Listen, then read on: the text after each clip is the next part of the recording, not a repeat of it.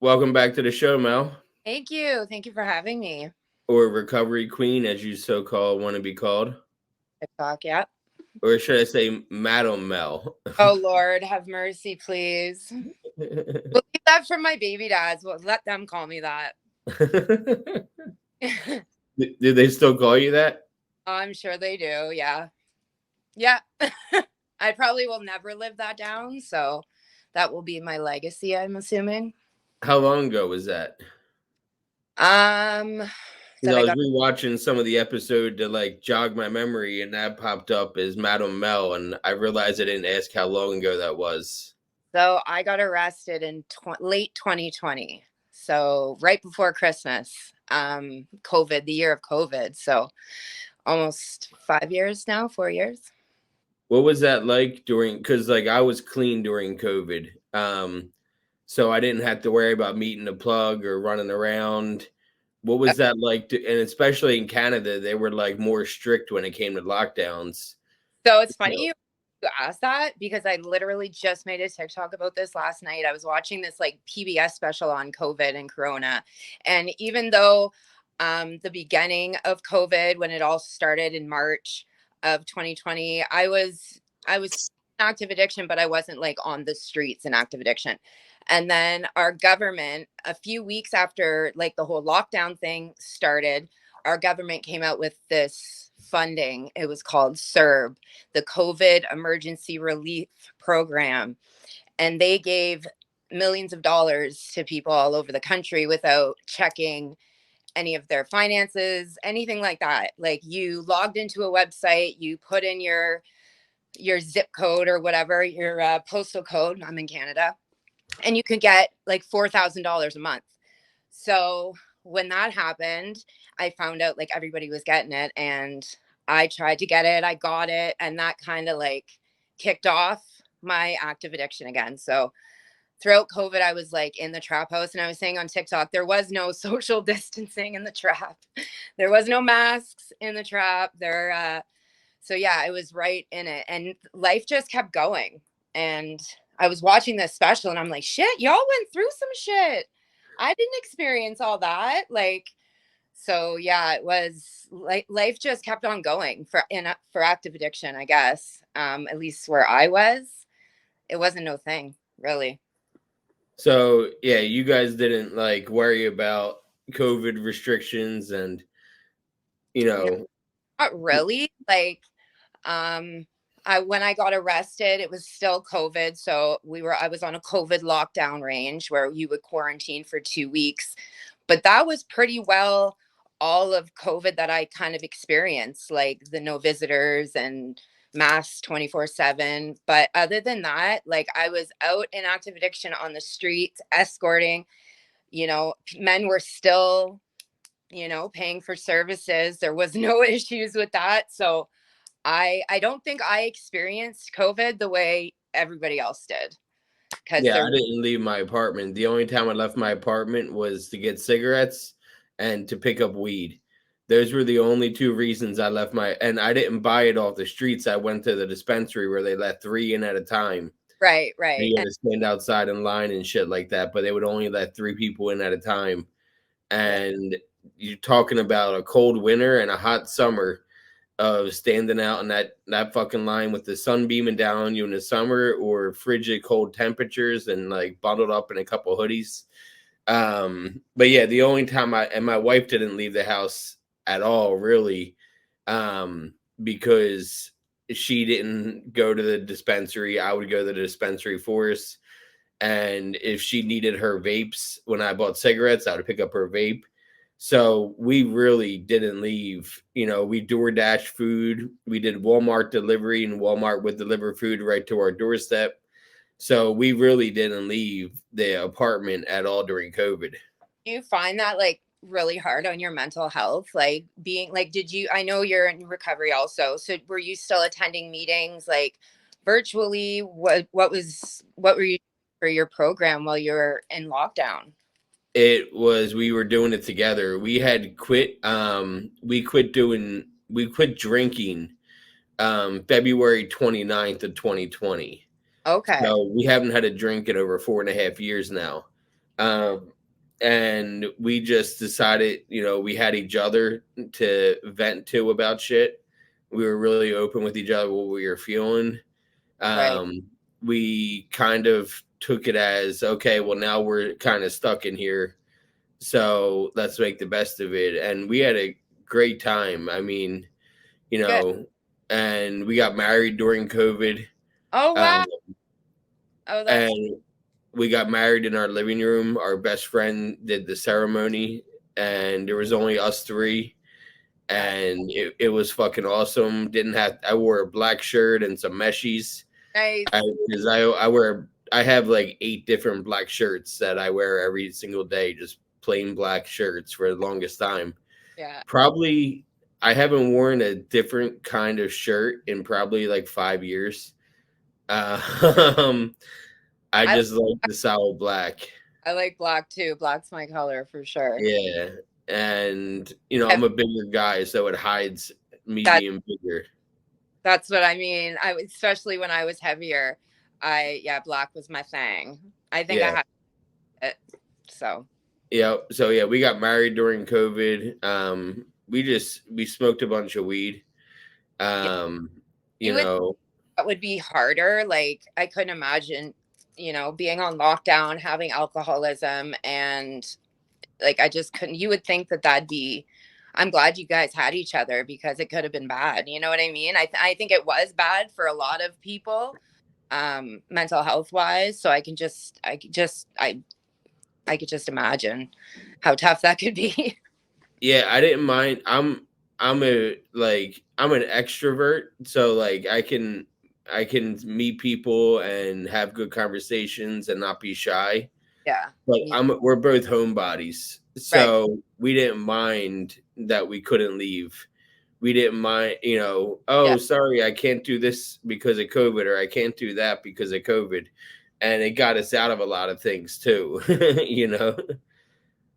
In the beginning of COVID, when I was living with my parents, when it was like really scary and everybody was going crazy and buying all the toilet paper and stuff, um, the beginning of lockdown for me was like super hard because I was living with my parents. No 40-year-old person should have to live with their parents, especially if you're struggling with addiction. I've got my own kids there too, right? So I think that I was just talking about this today. I think that is what catapulted a lot of people back into active addiction was being stuck in lockdown, not being able to go to work, not being able to see their friends. Um, the divorce rate spiked after COVID. Like people spent a year locked down with their loved ones. I couldn't imagine. I did a whole month of that and I was gone back onto the streets because I'd rather that than live with my parents on lockdown. That's for damn sure. Yeah, I didn't mind it at all. I got through it. We didn't see family really. Christmas, my brother came to visit and he delivered all like the presents from my mom and dad. And we gave him all the presents to take back to Jersey where he lives. You're And right. I'm what? You're in Philly.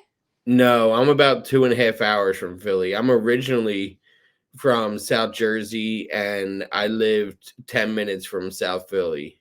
Okay.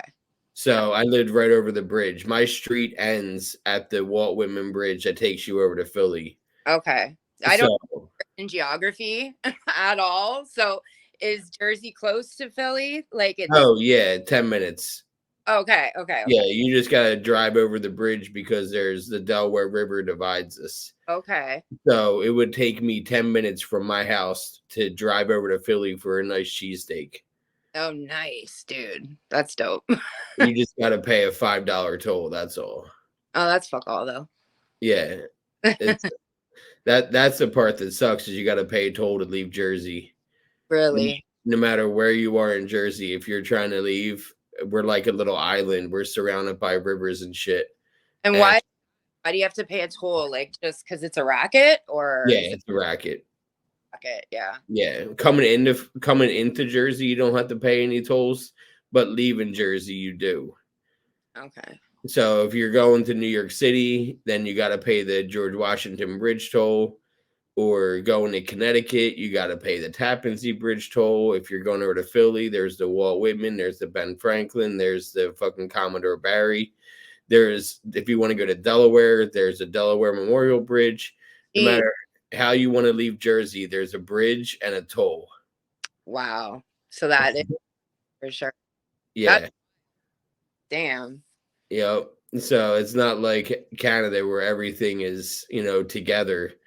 Yeah, I don't even think tolls exist here. Well, maybe in like the bigger cities like Toronto. I'm Northern Ontario, so I don't see any of that shit. But I think in like Toronto you have to pay tolls, but I don't really know. Yeah, I can't remember if we had to pay a toll when I went to Niagara Falls. That was I went to Niagara Falls, Canada twice. Once when I was a kid and once as a 21-year-old, 22 year. I was about to be 22 and Okay. I was 21 and five of us piled in my car and we drove up to Canada for a long weekend and just partied the entire time. Do you have And a record? what? Do you have a criminal record? I do, but I didn't at the time. Okay. This was 2 months before I started my addiction of pills. Okay. So since then, I've been arrested twice. Um, and I only got charged with a misdemeanor the first time. And since it was my first offense, it got expunged from my record. And Okay. then the second arrest was for theft or was for possession of pills and intent to distribute in a school zone. Did you get charged with that? Like, I got out of it. good. I went to rehab on my own. What's that? Did you travel here like now with No, I haven't since. I haven't been to Canada since. I only live about 4 hours south of Canada right now okay. because of where I live in Pennsylvania. It's not that far of a ride But if to, you wanted to, are you able to come over? Like I know yeah, because of my record, I can't travel to the States ever. So can you come here? yeah. Like I can still come there, and it's on my list of things to do is go back into Canada. I have my passport. nice. My wife needs to get her passport. But going back to Canada is definitely on my list to do. I want to catch some hockey games up there. I like old Quebec City. Nice. My Uh, brother oh. your brother's in Montreal. Yeah, yeah. That's a cool city too. I've been up there. You know what? I've never even been to Niagara Falls and it's like 6 hours from where I'm at. I've never even been in my whole last life. So I've never been to Quebec, Montreal. I haven't left. Yeah, I have been to Niagara Falls twice, Toronto, Montreal, and old Quebec City. I Okay. want to go to Vancouver because I haven't been to Vancouver yet. Love to go out west. Yeah. Yep. I want to go to Edmonton because I like the Edmonton Oilers. Of course. So I have reasons of trying to get back up to Canada. So yeah, I have my passport and my wife needs hers. I probably need to renew my passport because I got it in 2015. So it's been 9 years. Yeah. So is it like a big deal to get it renewed? I don't think so. I'm No. not 100% sure. I need to get it renewed. This way I can travel. But I think it's still good until 2025 or 2016 or 2026 rather. I think it's a lot easier for you guys to get into our country than ours to get into yours, to be quite honest. Really? Yeah, I think so. I think it's far easier to get into Canada with the criminal record than it is to the States. Just like since 9/11 and stuff, the last like 20 years, it's been super, super hard for Canadians to get into the States with any kind of criminal record whatsoever. Like I can get a passport to travel, but I can't go into your country. So like, for example, my parents were going on a cruise and they wanted me and the kids to come. And well, I can't because it like sets off in Florida. So I can't even go to do that, even though I'm not going to be in the country. I'm just there to board the boat. Can't do it because of my record. So that's really unfortunate considering, just because we have criminal records, it doesn't mean we're like bad people or anything. But so Yeah. I would love to go travel in the States or. I have a buddy that has been on my show twice. His name is Skinny Vinny, and he's a co-host of Steve-O's Wild Ride. Oh, And wow. so him and I became friends like 6 years ago when I was in California where he lives. And he has a criminal record. And when Steve-O had a bunch of shows in Australia or a bunch of shows in Canada, he couldn't go because of Right. his criminal record. Okay. And they had to jump through all these hoops in order to have him go to Australia and England. Because you know who Steve-O is. He's wild. Of course. But Steve-O doesn't have a criminal record. He doesn't? Oh. Because But I Skinny Vinny does. lots of musicians that come, like even like Little Baby or whatever, Da Baby. He was actually like scheduled to play in our city like 2 months ago and couldn't get over the border. And that happens all the time. Like I know Eminem had a hard time getting in, and yeah, it's kind of crazy to be honest. If you're a fucking celebrity, like really, whatever. I think that's silly. Don't you want to make money? Like, doesn't the country want to make money? Like, I know. so What yeah. what does your criminal record entail?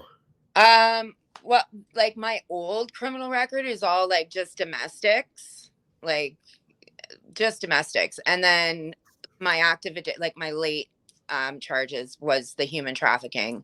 I think I have material benefit, which is like proceeds of sex work. So like they charged me with like taking her money and buying drugs with it or whatever. So it was like knowing the money was made in the commission of sex work, which is all under the Human Trafficking Act. And then I have like uttering death threats to the same girl.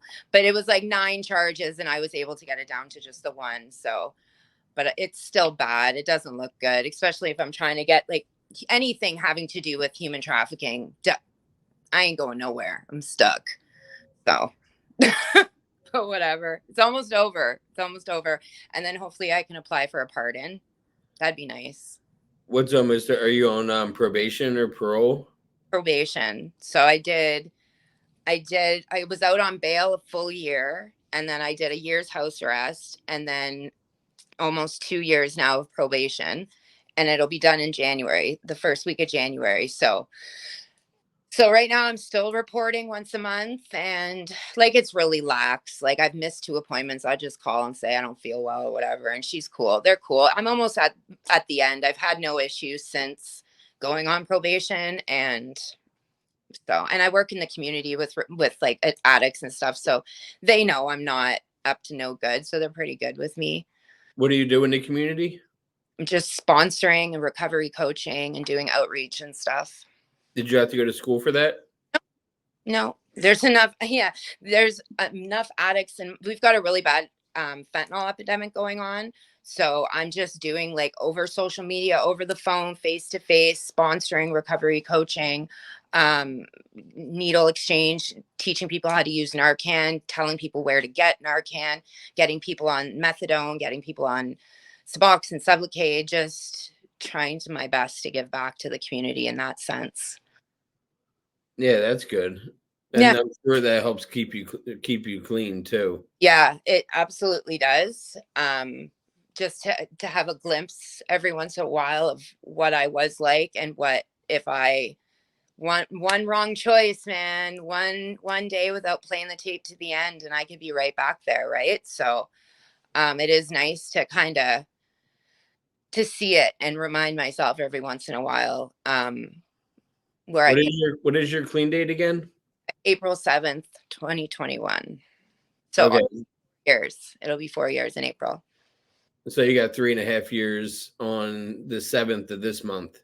7th of April. So I just got 3 years in April. Oh, okay. I was doing October. 3.5. Yes. Yeah. And is this the longest stretch you've gone since you were a kid? Oh yeah, I've never had any bouts of sobriety. I couldn't go a week. I couldn't get past 7 days.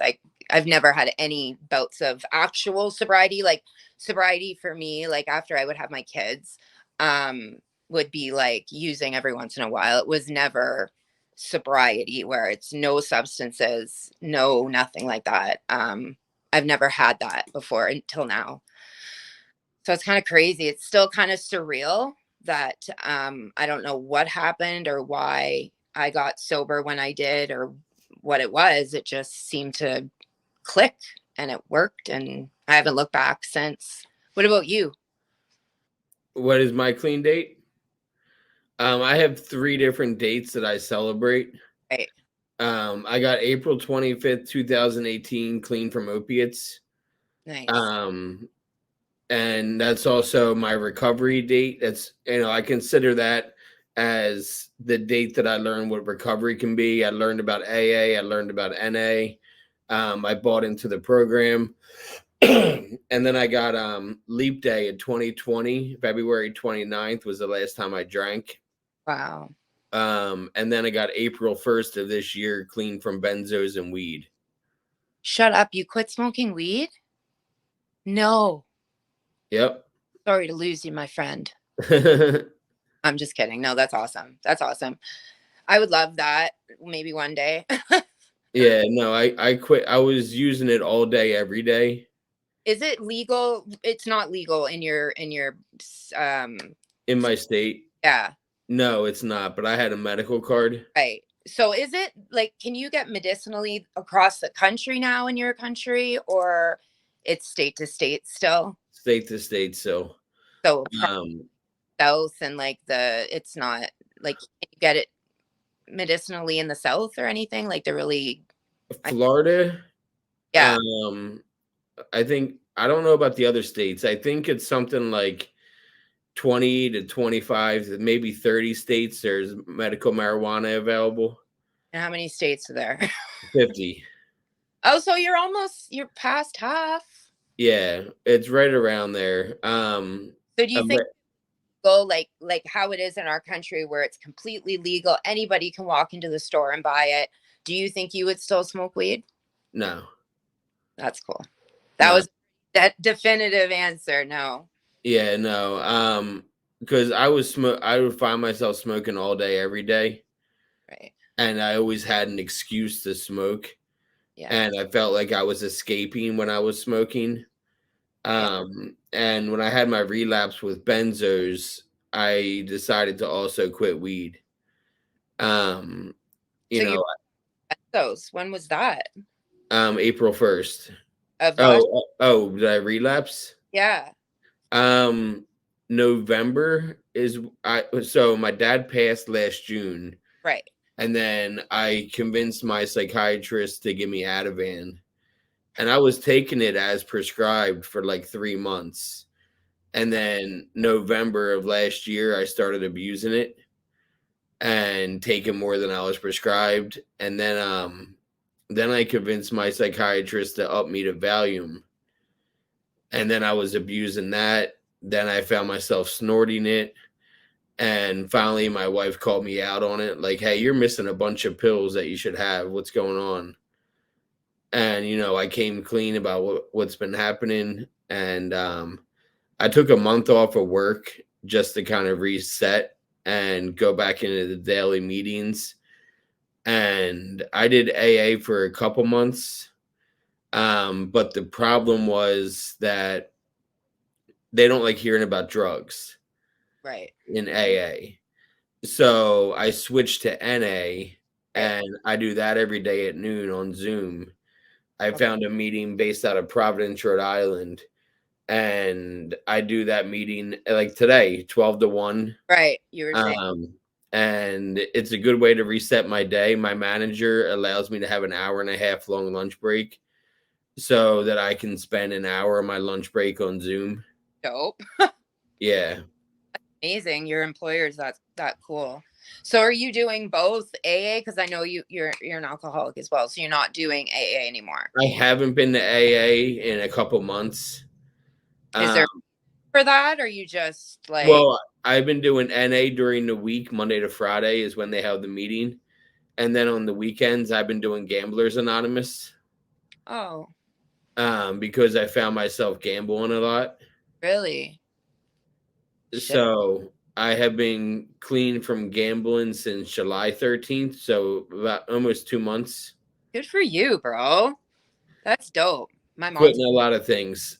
yeah, that's dope. You know what? That's just evolving, bro. That's just letting go of like toxic coping mechanisms. Yeah, and I don't recommend it, but I quit benzos cold turkey. Oh, I was gonna say like that must have been awful. It it could have been worse, but I think it's a lot of mind over matter. Like I wanted to be clean, so therefore I didn't like nobody was forcing me to be clean. And you're not on MAT, right? For I'm opiate? not. Okay. So do you think that benzo withdrawal or opiate withdrawal is worse? Like what would you if you had to choose? I'd rather withdraw from opiates because Yeah, you I heard that. That the reason is because you can't die from opiate withdrawal. no, But you can die from benzo withdrawal. absolutely. I think that opiate withdrawal is worse. You know, if you don't if Feels worse, you mean? so yes, it feels worse. Yeah. Like the stomach cramps, the That's giant the big. giant shits that you take that, you know what I mean, that make your asshole bleed. You know, the sleepless nights, the restless legs. That's the part that I couldn't. I was like, every time it would get to that point where I'm not sleeping and I can't even get comfortable, I'm like, done. I was running to my nearest methadone clinic because I couldn't. I was not an easy, like, I could never be dope sick. And I think that's why I turned to escorting because it was always, I always knew that I was going to have the money, that it was always there, and I never had to be sick. And it's sad that I traded selling that in order to not be sick, but I was so not the type of person that could go through withdrawals. Like I hear people like, oh, I got off methadone at 90 mils. And I'm like, what do you mean? I couldn't do that. No. Mm-mm. Yeah, it was worth it. Dude, I quit opiates cold turkey. After I was a daily user for 9.5 years, and I got to rehab. It was my first rehab experience, 9.5 years into my addiction. And they were like, we can prescribe you Suboxone for the pain. And I literally said, I want this to hurt because I don't want to find myself back in rehab again. I It think was, stronger than women when it comes to that stuff, to be perfectly honest. I do. well, you have more options. I can't sell my body. That is another thing. Because of that, I think it's harder for girls to walk away from it the way And I might be, a cute guy, but I can't go up to my dealer and say, hey, I'll suck your dick for a couple pills. Yeah, I know. yeah. No, I know. Girls can be like, hey, will you be my boyfriend? And then just to give me free shit. Yeah. Yeah. So I like to brag about how they got off shit too. I think guys love to tell those stories. I got off methadone at 190 cold turkey. I think guys like pulling out their dicks. It's true, bro. It is. well, I'm definitely not doing that. I needed to have it hurt. It was my way as a reminder of this Yeah, isn't going to be fun if I relapse again. absolutely. The other thing that motivated me was my dealer. I owed him $1,800 when I went into rehab, and I called him the day before I went to rehab, and I was like, "Hey, man, I think I needed to go to rehab, and I don't know what to do with you." And he said, "Listen, if you go to rehab and I never hear from you again, you don't owe me the money. But if I hear you're back in town and using again, you owe me that money all over again." That is one of the most solid things I've ever heard from a plug, bro. That is pretty fucking solid. Well, he knew I was suicidal. Yeah. Yeah. Because I talk to him every day. Right. They become your best friends, right? Yeah. It's wild. I know. Yeah, I talk to him every single day for 3 years. Yeah. He was my consistent plug in the last 3 years of my addiction. Mm. And so he knew exactly how bad, I was when it came to my habit. I was driving 2 hours just to see him each way. Yeah. And I would, be withdrawing the entire time. I would meet him out on the road. Anywhere he was, I would drive to him just because he was so consistent. He always would answer my phone calls or my texts. And I knew that I had a plug waiting for me always. He was always good.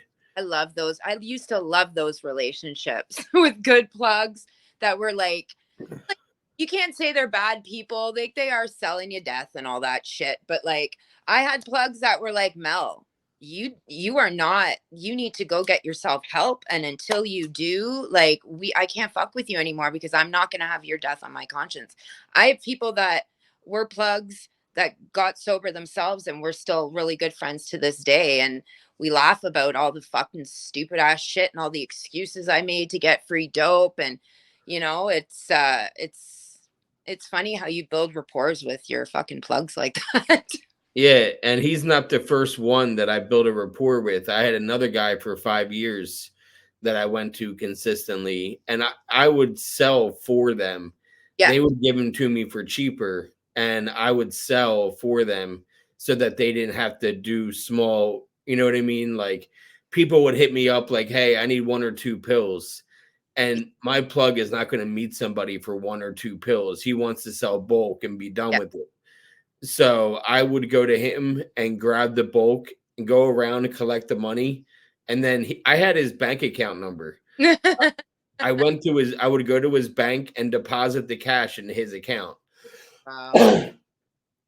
Or if he was in the area, I would meet up with him and give him the cash. But he would trust me by giving me 30 pills and letting me go and sell them and then give him the cash right back. See, I never had nobody would ever give me dope, bro, because I'd be gone, bitch. And I was a slimy fucking no. Yeah. You couldn't. No, I had the trust of my plug. So because he knew that I was only going to see him. Yeah. There wasn't many towards the end of my addiction, there wasn't many options. Right. And when I got arrested, I had met with somebody else Oh, okay. and I picked up 20, all for me. All 20 were for me because I needed like 8 to 10 a day.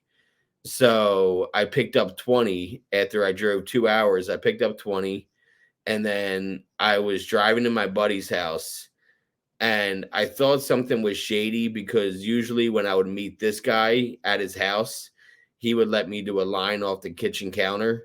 And Okay. this time he wouldn't let me do that. He was like, "No, you got to bounce." So I got in my car and I started driving. And as soon as I got into a school zone, I got pulled over. And they tried saying, "Oh, you're attempting to distribute in a school zone." And I said, "No, bro, you pulled me over in a school zone. Right. I wasn't attempting to distribute in a school zone. I happened to be driving through one when you pulled me over." And those pills were yours. And that's what I said. I said, "And I have a drug problem. All those pills were Yeah. for me. I wasn't trying to sell any of them." Yeah. And they did not want to hear it. They still arrested me. I still went to court for it.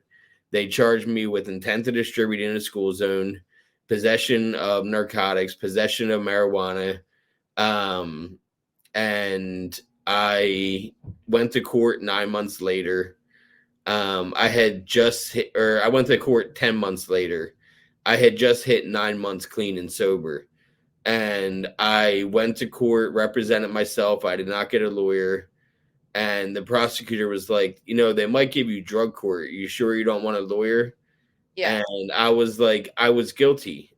I was like, I wasn't guilty of driving in a school zone because they pulled me over in a school zone. Yeah. And I'm guilty of possession because I did have those on me. And whatever the judge says is whatever the judge says. And I can't control that. Right. And the judge gets up there and he was like, "So they hit you with intent to distribute. I can lower that sentence, and I can give you just possession." And he was like, "What's changed in the last 10 months?" I said, "Well, I'm 9 months clean." And he was like, "Did you go to rehab because the court made you go to rehab?" And I said, "Honestly, I forgot that I even got arrested until I was on my flight to California." And he almost laughed like you did. He was like, "That's one of the most honest answers I've heard." And I was like, "You can put me on drug court if you want. You know, I'll pass all the drug tests. Say that. What's drug court? Like, what is that? It's mandatory urinalysis, UAs, Okay. and you know, once every I think 2 weeks or once a month, it's mandatory drug tests, and for sometimes a year or two."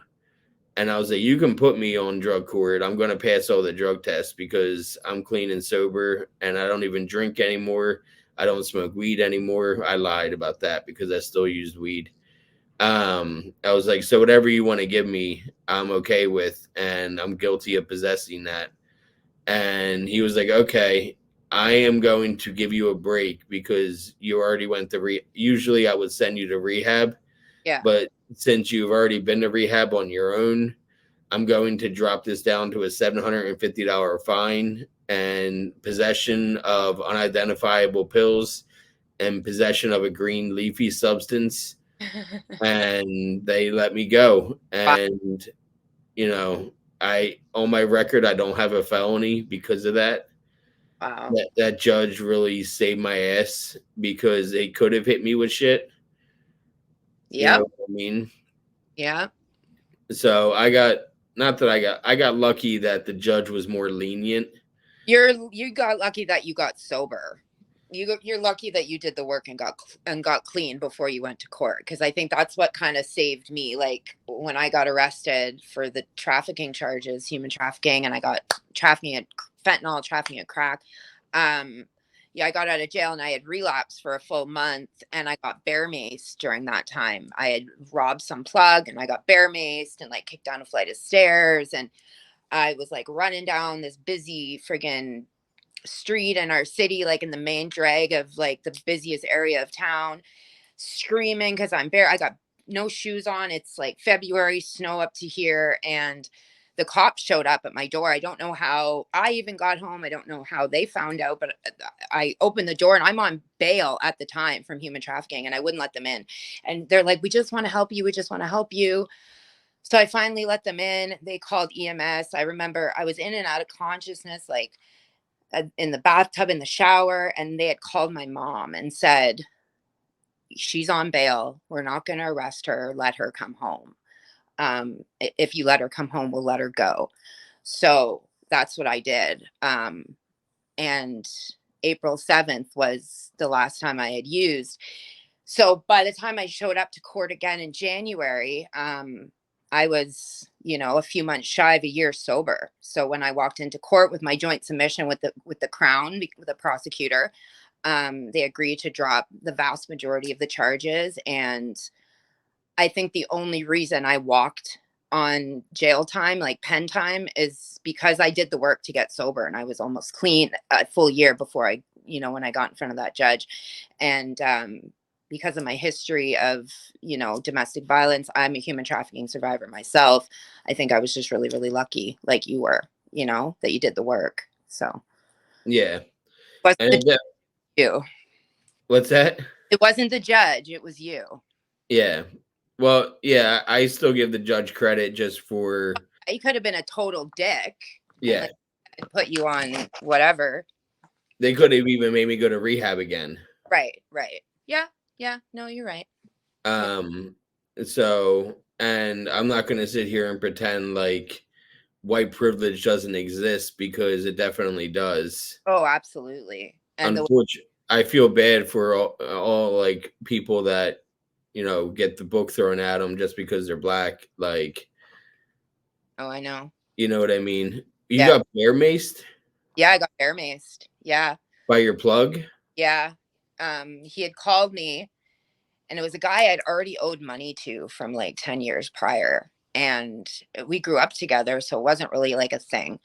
And he had called me. He never did Fetty. He was a crackhead. And he's like, can you come try this batch? My guy's coming over. I want to make sure it's good before I grab a bunch of it. So I'm in his basement with him. He leaves like a big wad on the table while he runs upstairs. And I just grabbed $200 and shoved it up my freaking crotch. And he came back down, his plug was there, and he starts counting out the money. And I was a full-blown crackhead. Like, I was not thinking he's gonna realize it was the only other fucking human being in the house. So he was like, I know you took it, I know you took it. And I tried to get up, and I was like a big, heavy girl at the time. So I kind of just like barreled past him. And I tried running up the stairs, and we were like wrestling up the stairs, and he fucking grabbed Bear Mace and then kicked me down the fucking stairs. Like, it was probably 20 stairs to the concrete basement floor. And I guess when he told the story later, I popped back up, and he was just like, oh, fuck. And he moved, and I went right out the house and down the street and made it back to my place somehow. He's no longer with us. So, but yeah, that was crazy. It was the most painful thing I'd ever experienced, getting bear maced right in my face too. Fucking goofy. Who does that to a female? And we'd been like friends since like kindergarten, bro. Over $200? You bear mace a girl? Bird. But anyways, yeah. Crackhead. Right? Total crackhead. So But how did he die? I think it was like, obviously it. Who's gonna leave a big stack of fucking money in front of a crackhead hooker and think she's not gonna rob you, bro? Like, so yeah, I think he set me up. So whatever. I'm here, he's not. What happened to him? He was unalived. Yeah. So. Yeah. Yeah, that's the game though, right? So yeah, driven to insanity. Yeah, we're all no, he was unalived. He didn't unalive. He was unalived by someone else. Oh shit. Yeah, it was like, it wasn't good. He was murdered. But yeah, it's, I guess he's got kids and everything, and we grew up together, but like I said, that's the game, right? So the game be the game. It killed me that day when he kicked me down the stairs. Like, I could have smashed my head open and whatever. So yeah. No, you're absolutely right about that. I see you have a bunch of new tattoos since the last time I saw you. Yeah, I got some face tats, right? Ratchet, you know. I got I think, where is it? I got We Do Recover, Libra, Fight Off Your Demons, a whole bunch of hand ones. My girlfriend has she's been tattooing and practicing, so I was like, well, all my tats are trap house tattoos, might as well add some to that. Yeah, no, my wife has a tattoo machine, and she hasn't been able to use it for the past year because her hands with MS got really bad. But she gave me like 10 or 12 in our living room, and like yours, they're all like small, nothing crazy. It's just her practicing on real skin. I love I've always wanted like the words and everything. I got a bunch of stars she did yesterday going up my back, my shoulder, and I love it. I ain't dropping $120 an hour to let some guy. No, my friend in the friggin' hood's gonna do it for me in my living room, bitch. Yeah, no, I'm not looking for amazing work. I'm just there. It's mine, and I love it, and I'm not exactly aren't perfect, and you know, I'm learning. She's learning, so whatever. I love it. I'm about it. Yeah, when I first got clean, I had met a graffiti artist who would give out amateur tattoos in her front yard. Dope. And she would do them for free if you were in recovery. You just had to tip her. Dope. And so I had one tattoo when I went to rehab, and I came home with 18. It's hard to stop once you start. You're like, oh, I have this idea and this idea, and she's it too because she's practicing. And yeah, we did a big tattoo on my thigh, so the recovery ribbon, and it was like 10 o'clock at night. We got our phones, flashlights, we're in the backyard, the kids are kicking up dirt. We're so unsanitary, but I was like, you know what, I was doing this in the trap house full of crackheads, so at least it's my front yard with my motherfucking kids, right? So yeah, this one right here, ooh, I like one. That's nice. We did that one in the dark. She did good though, dude. And she doesn't use a stencil, she freehands it. Cool. So she did this one in the dark, and as she's about to do it, she was like, "By the way, I've never done anything symmetrical before." And then like and started going. Oh And I well. was like, "It's cool, I trust you." She gave me this leg lamp right here from Christmas Story. Like you've seen a Christmas Story, right? Oh yeah, of With course. the leg lamp. So she gave me that one. She's done them all over my arms. Nice. Some of them weren't perfect, some of them got fucked up. But Yeah. I'd rather tell the story that a graffiti artist did my tattoo in her front yard Right. as opposed to being like some guy, gave me this tattoo. I don't even know his name, Yeah. And you each know? brand, you know. Yeah, exactly.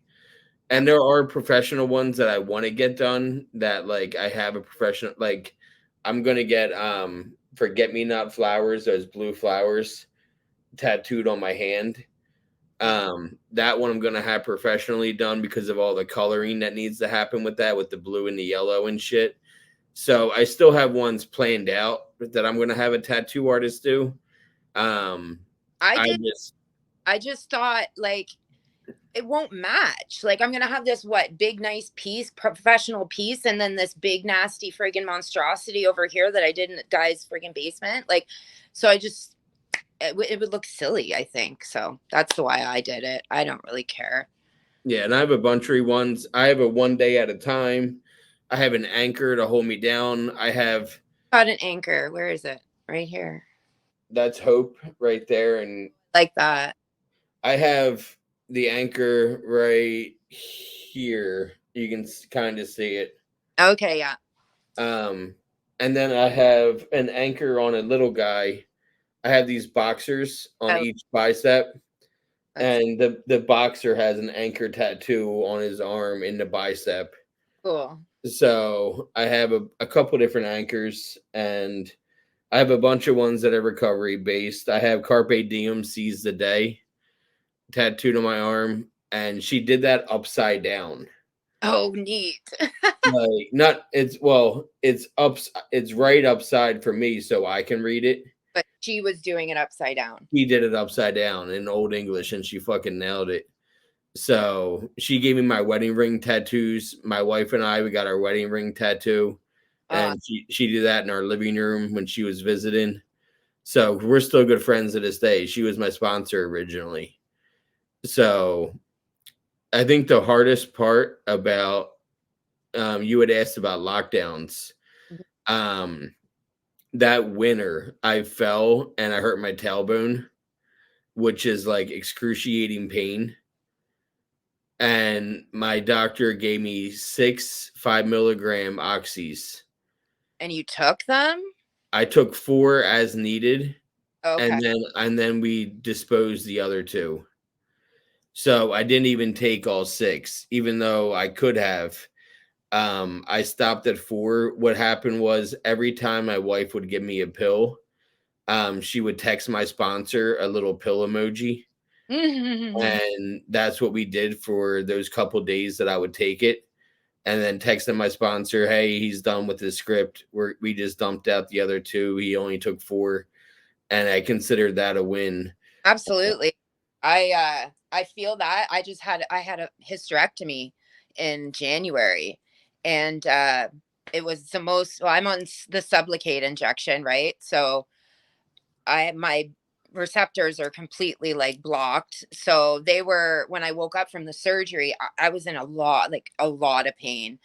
And I ended up staying in the hospital 3 extra days. They gave me a spinal tap because they were hitting me with ketamine, fentanyl, like, and I couldn't even, I was evil. Like I was mean. I wouldn't let the nurses come in. I wouldn't let the friggin' janitors come in and clean the room.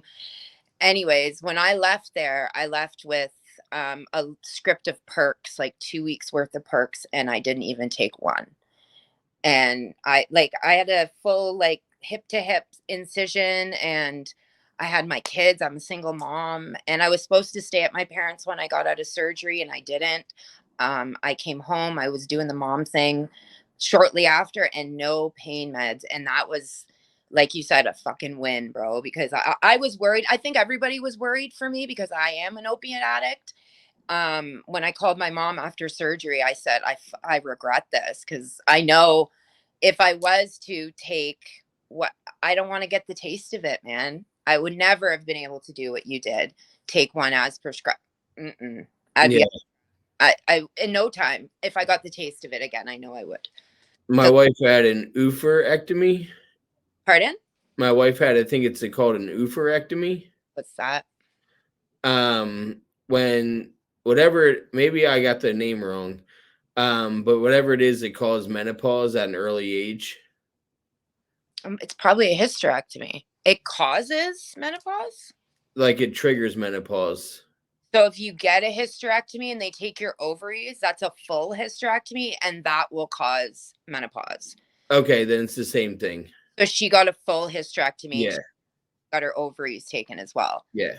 So I got a partial, so I have my ovaries and I don't get to go into menopause just yet. So I'm very fortunate. But lots of people have to do it because of whatever's going on. And Yeah, she had a bunch of different things going on. yeah.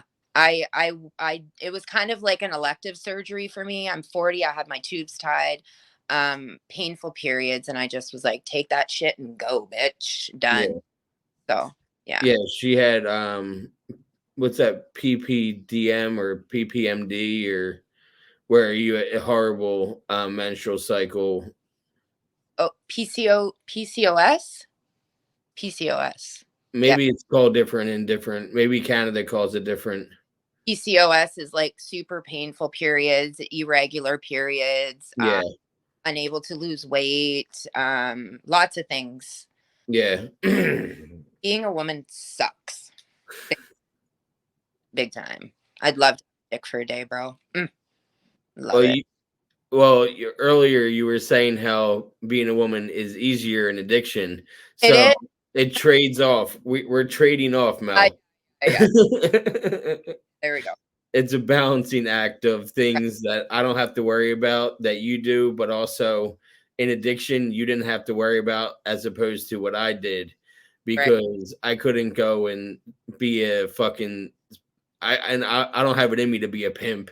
So And I did shit. I didn't even have to do anything for the money I was getting. I just scammed a lot of men. Like, yeah, men can do things without even having to leave their house. Just sad men on the internet give you money. Like, it was easy. It really, really was. So, yeah. do you think it would have been different if OnlyFans existed when you were in addiction? Because you got out of addiction around the time that OnlyFans kind of came out.